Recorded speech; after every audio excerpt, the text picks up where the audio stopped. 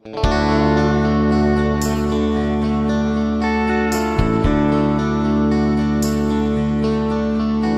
har vært ei vanskelig tid det siste året.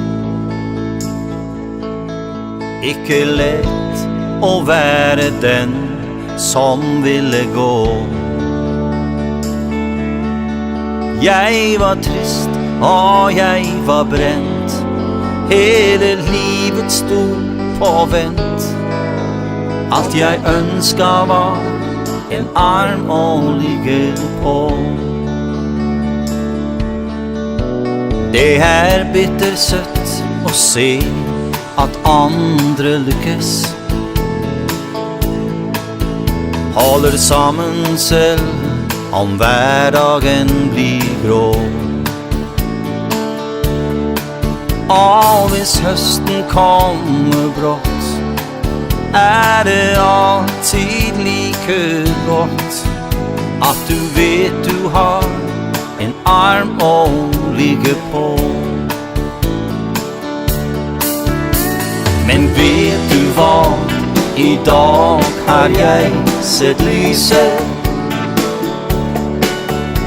Et blikk, et smil som ga meg håp og tro. Et Mona Lisa-smil som nådde hjertet. Ja, et språk som bare du og jeg forstod.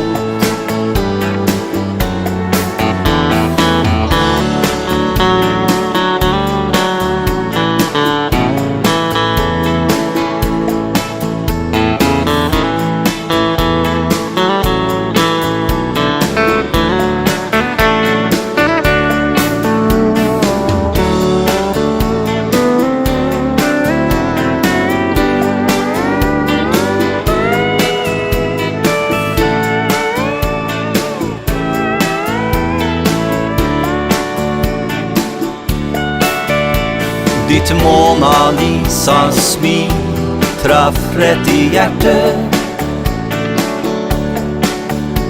Et språk som bare du og jeg forstod. Og nå ser jeg at det finnes et lys i mørket.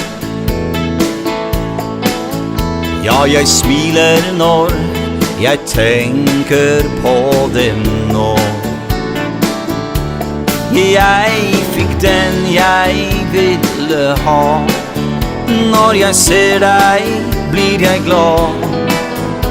Og så fikk vi to en arm å ligge på. Jeg fikk den jeg ville ha. Når jeg ser deg, blir jeg glad. Og så fikk vi to en arm å ligge på.